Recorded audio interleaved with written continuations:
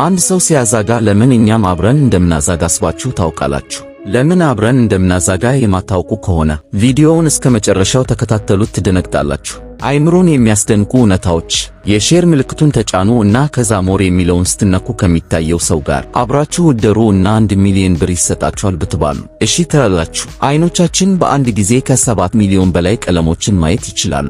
ጎሪላ የሚለው ስም የተወሰደው ከግሪክ ቃል ሲሆን ትርጉሙም ፀጉራም ሴት ማለት ነው። አሁን የምነግራችሁን ነገር ማድረግ የሚችሉት ጥቂት ሰዎች ብቻ ናቸው።